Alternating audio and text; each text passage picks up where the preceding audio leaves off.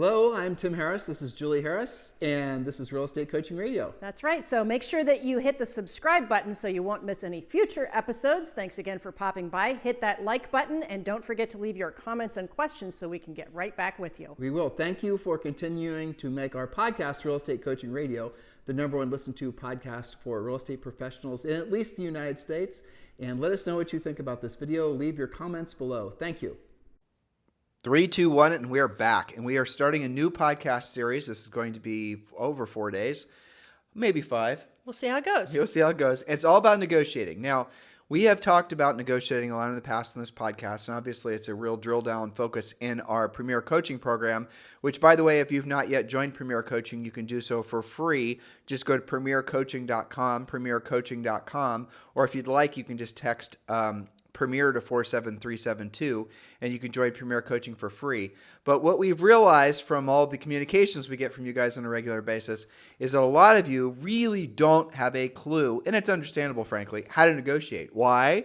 Because this past seller's market has absolutely spoiled you. You have, in the past, when working with a buyer, when it came to negotiating, it was not a lot of skills. Do you want the house? Okay, then you pay whatever the seller wants plus a whole bunch. And you do what they tell you to do. Exactly. When they tell you to do it. Right. And all the little clauses in the contract about, appraisal inspections and home inspections and all the rest of this. Nope. Remove those. Yeah, waive the whole thing. Exactly. And if you're on the listing agent side, the listing agents, you didn't need a lot of negotiation skills. It was basically just bring your highest and best offer, and then you'd get a whole bunch of all cash offers coming in at over asking price. And I know in some markets it's still like that. We have coaching clients in Florida that are experiencing upticks like that.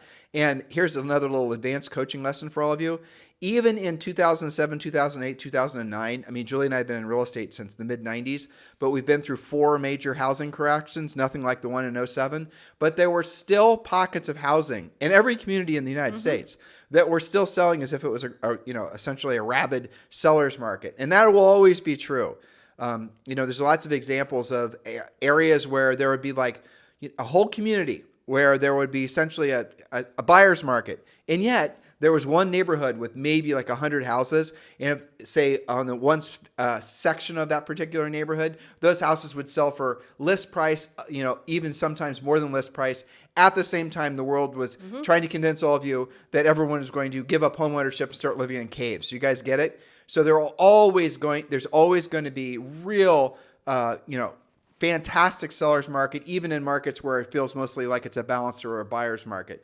But you got to know all these things when you're negotiating, because every single, agent that's listing, if you've not been in the business for more than 15 years, if you were not productive in selling real estate even 15 years ago, you don't really know how to negotiate into a market like what we're experiencing. And we see that from your comments. So what we're going to do is we're going to go over the next 4 days, and we're going to give you guys as much drill down information we can in the 20 to 30 minutes we set aside every day for this podcast. That's right. So negotiation happens not only when the offer is made, countered, and hopefully accepted, but also during home inspections. I know some of you freak out over that because you haven't had to do it yet, but it's coming to a listing near you.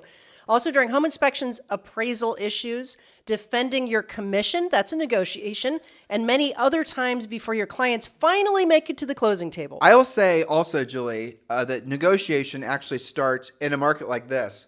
Let's just say on the listing side, when you take the listing. When you take the listing, you need to start priming the seller to negotiate. Because most sellers have been spoiled if they've only owned real estate for, again, the last 15 years or less. They have only been selling in a hot seller's market, and they have this, mindset that the buyers are going to take it or leave it. So you're going to have to start coaching and training them in order to, so that they're willing to negotiate when the time comes. And the same goes on the buyer side of things. So the actual negotiation happens when you initiate the conversation with a client, so that they then have the expectation that when they actually are being transactional, when they're getting essentially something in contract, they're going to have to lean into the deal more than maybe they think so. And that's a really important thing, because a lot of you, what do you say to buyers? You know what? We're going to beat the seller over this is a market that the sellers are completely on their heels and the buyers are in complete control. Nope, wrong. Or you're going to say to the sellers, you know what? We're going to basically beat the buyers over. You guys these are the dumb things that basically you've gotten away with saying because the past market was a FOMO market, fear of missing out. Now you actually have to have skill. So here's a little known fact. Even the most experienced agents can still have moments of anguish or anxiety in real estate situations. Maybe they're in a higher price range than they're used to, dealing with a seller with a strong personality, or just can't see eye to eye on key points. It happens to everybody.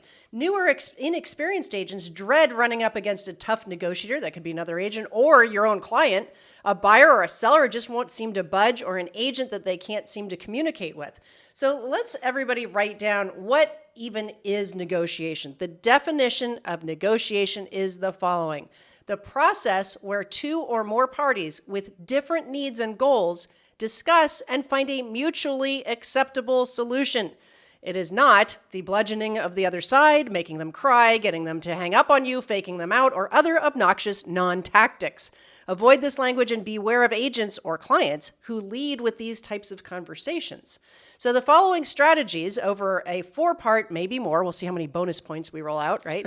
Will help you find the mutually acceptable solution you're looking for when you do negotiate. We're going to discuss both the buyer side and the seller side as we examine those points together. And those 4 parts are going to be knowing the property, knowing the seller, know the buyer, and do the deal. Remember, knowledge equals confidence, ignorance equals fear. So the more you know going in, the easier, the smoother your transaction is going to go. So part 1 is get the facts. Knowledge equals confidence. What do you know about the subject property? Now, this can apply to both buyer and seller sides, right?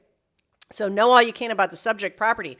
Whether you're on the listing side or the buyer side, here are the facts to gather before you start negotiating. And bonus coaching clients, the negotiation checklist is included in Premier Coaching.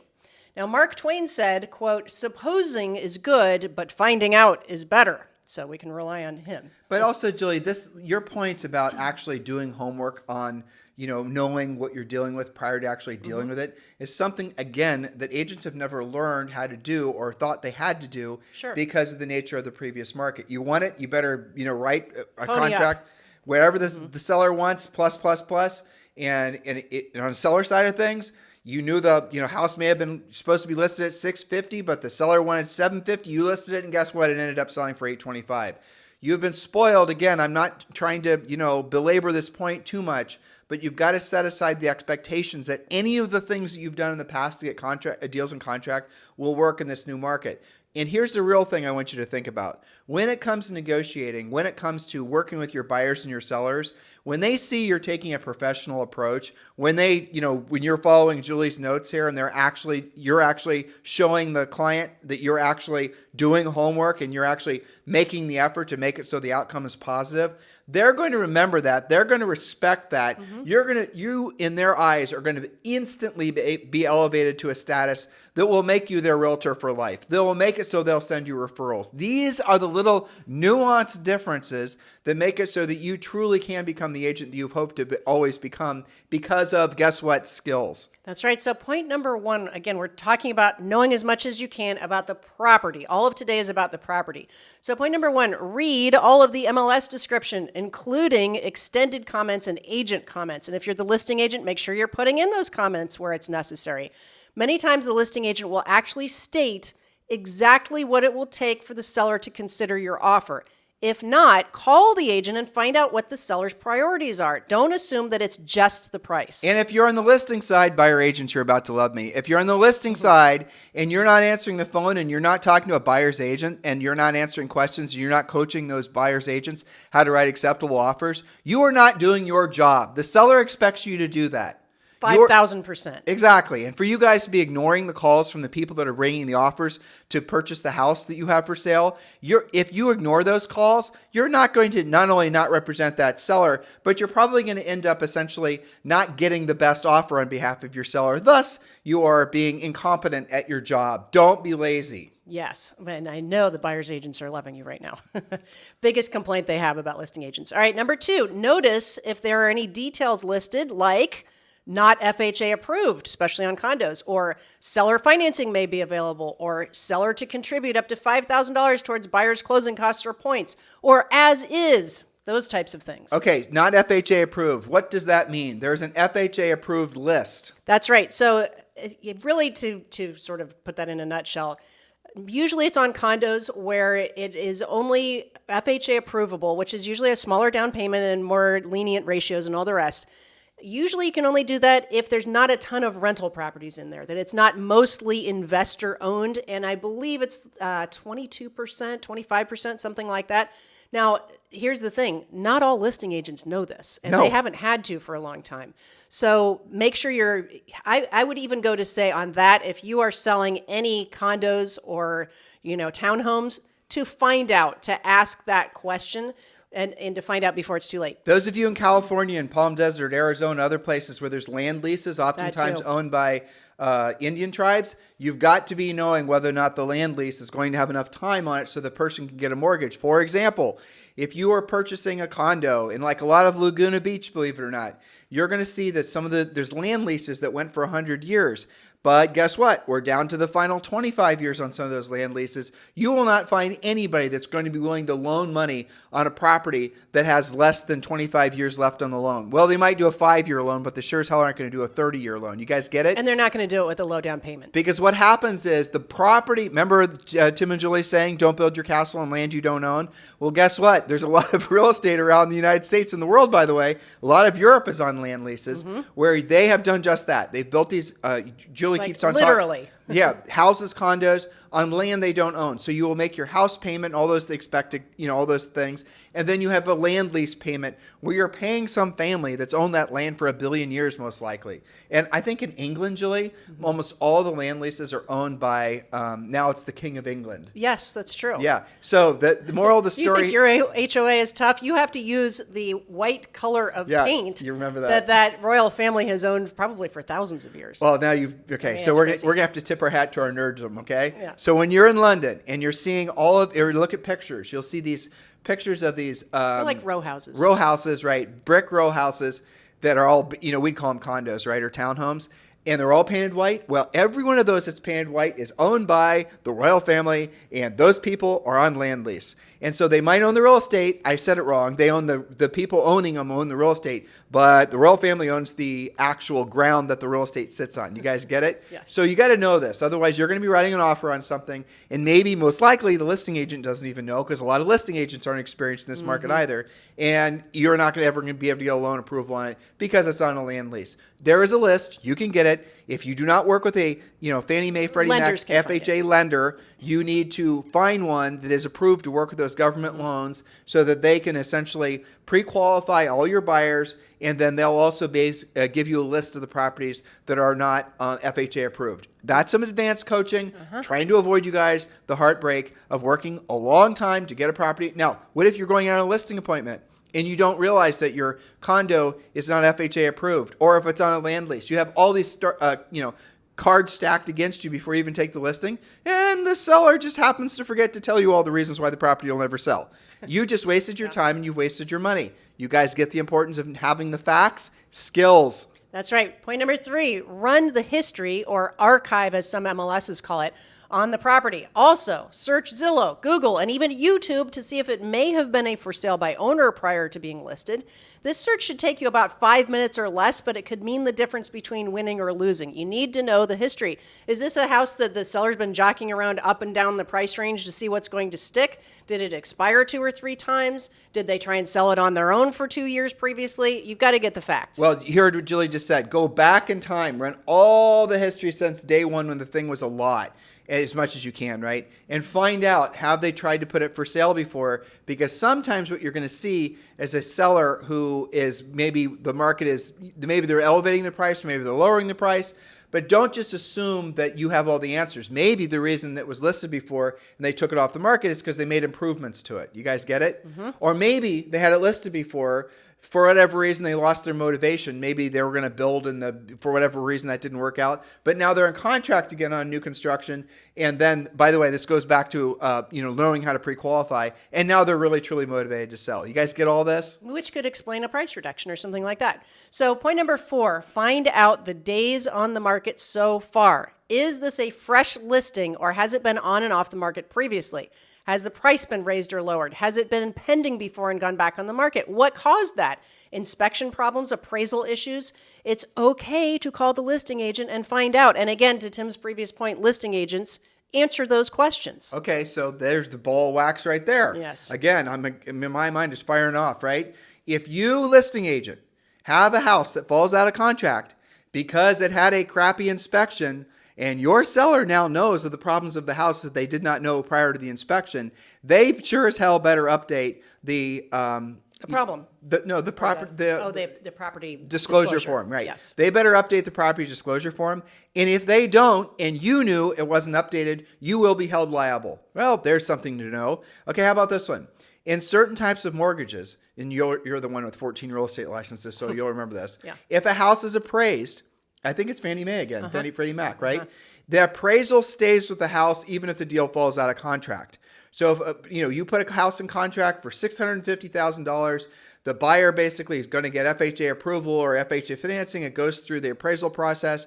The buyer changes their mind. Whatever happens, that appraisal sticks to that house. I don't care how much the seller thinks the house is worth more than what the appraisal was. If the next buyer wants to get government financing, which by the way, most people are going to use government financing for the next 10 years, you're going to soon discover that that is the price. Does not matter how much the seller wants more for the property. And if the buyer wants the property and the buyer has the cash, and the house appraises for $650 and the seller will sell it for $7, even though the bank is only allowed to loan $650, the buyer is going to have to write a check for the difference. And some buyers can and some buyers cannot. Well, most buyers won't because they're going to have a lot of opportunity for other properties that are, frankly, where the sellers are going to price them correctly. That's right. Now, that appraisal does not stick to the property forever, and they do change the time frame from time to time. It's either 90 days or 6 months, but you do have to pay attention to that. Okay, so point number 5, very important. What are the actual comparable sales for this property? The most recent solds and pendings. Remember, you're in a changing market and not everything is acting the same way anymore. So the recent solds and pendings, how many days on the market did those homes take to sell? What is the list to sell price ratio? Are these numbers going up or down? And again, that's a point for both listing agents and buyer's agents. I've been doing a lot of coaching lately with buyers who believe that, they read headlines, they see things going on, they think they're supposed to be lowballing, and sellers whose next door neighbor's house just sold for, $10,000 over list, so they're going to stick to their guns. So how do you meet in the middle? Well, that is called negotiating, and the way you go about it is different. If you've got 3 recent comps that all sold for over 100% of list price and had 3 days on the market, well, how you're going to go about that is different than if the house that you're bidding on has already been on the market for 100 days. The last 2 in the neighborhood sold 6 months ago and they took forever to sell and they didn't sell for 100% of list. You've got to set your expectations both on the listing side and on the buyer side. Okay, so next, point number 6. What is the active competition? Now, why does this matter? Here's the question. Does the buyer have 0 other choices? Do they have a few choices, or do they have lots of choices versus the subject property? Is there new construction in the area? How does the subject property compare? Note to self, if there are very few competing homes or no competing homes, you can always expect to pay more, or if you're the listing agent, to take more, not less, unless it's been on the market for excessive days for whatever reason. And if that's the case, again, find out why. But if you're the only thing and you've got competing offers, well, it would be dumb to lowball that house, right? Now, this goes back to the first point. You need to be priming your buyers and your sellers for actually the new rules with regards to negotiation. And we're just, essentially going over the very surface of a lot of these now, because you need to explain to, for example, the buyers that, if we are looking at a property that you want to purchase and we see the other properties that have been for sale have sold in 22 seconds, guess what? That seller of the property you want to buy knows that it's a hot seller's market. Do not think you're going to roll in there and you're going to steal the house. I don't care what your CNN headline is telling you is going on in the housing market. It's not relevant. And this is, again, the problem that a lot of you guys are going to have to deal with, is a lot of ill-informed consumers about what's actually happening in the housing market. Well, that's true. And even in a changing market that's a bit more balanced, there's a difference how you negotiate, or would expect to negotiate. If a listing just came on last night, and you saw it today and you want to make an offer, even if you're the only offer, what's going on in that seller's mind maybe? I priced it too low. Oh my gosh, that used to drive us crazy. Yeah.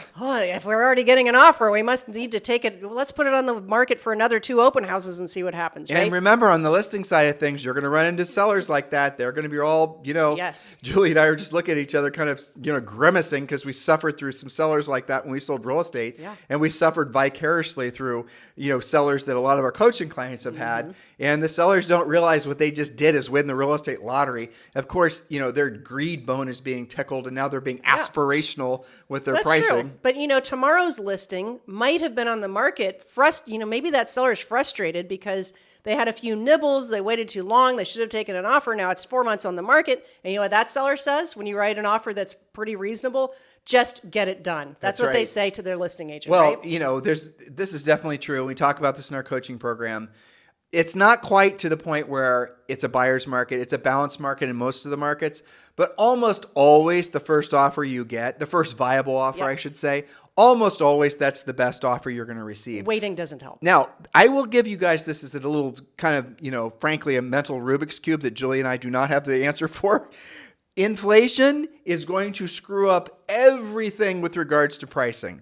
True. Because what happens is inflation rate, if it increases, which it does appear it's going to, there's no going back to 2% in probably our lifetimes. The new normal probably going to be over 5%, but what does appear to be brewing right now is the inflation is actually going to start increasing primarily on real estate. Inflation is a lot of, similar characteristics to appreciation. So you could then, from a lead generation perspective, you can go list a house that just expired, and all your competing agents are beating on the seller saying, lower the price, lower the price. But you know that the inflation on real estate in the last, say, 90 days has been actually 5 or 6%, and you can actually not only not lower the price, but maybe even raise that price and then sell it for a higher price. These are all the things you've got to learn how to do. Remember, skills-based market. This is a market where you can actually absolutely have a feast because of the fact that you have the skill set, primarily with the mindset of being of service to other people. Okay, our last point today is number 7. What else is important about this property? Is it in the floodplain? Is it in an area that's extremely competitive due to maybe a corporation moving into town? What's going to happen to that field behind the house? Are they really going to bury the power lines soon? Remember in Laguna it was always, they're going to bury the power lines one day. Okay, so this is all included in our pre-negotiation checklist for our Premier Coaching members. If you're not taking notes fast enough, and this is the 30,000-foot overview, this is not the true drill down. That's right. And we're in a hypersonic plane because we only have 30 minutes to go from coast to coast, right? So guys, listen, join Premier Coaching. It's very simple. Just go to premiercoaching.com, premiercoaching.com, and you can join right now for free. Just go to premiercoaching.com. It takes you 2 seconds. You can key it into your phone. You can join right over your phone. Hundreds of you do every single month. Just go to premiercoaching.com. Listen, we sincerely appreciate all the great 5-star reviews you guys have been giving us on iTunes. And it is still our birthday month, so technically it is not too late for you guys to give Julie and I a birthday present of a 5-star review and a pithy comment on iTunes. It's very simple. If you've never done it before, you're listening on iTunes right now, chances are. Just scroll to the bottom, and you're going to see 5 stars. Click it so all 5 stars are lit up, and then put in a little comment. That's all we want you to do. It takes 5 seconds. We sincerely appreciate it. We are moving on to day 2 tomorrow, part 2, day 2. Get ready to take a lot of great notes. We're going to get into really the heart of the matter and what the difference is between essentially an agent who gets the impossible deal on contract and the one that essentially doesn't even know what they don't know. That is what tomorrow and the following day's shows are about. Thank you for keeping this the number 1 listened to daily podcast for real estate professionals in at least the United States. Have a fantastic day. Hello, thank you for having watched this video. Please remember to subscribe to our YouTube channel. That's right, and don't forget to hit that like button, leave your comments and questions below, and we will get right back with you. Thank you for watching this video, and remember to watch the next one. You're going to love that one.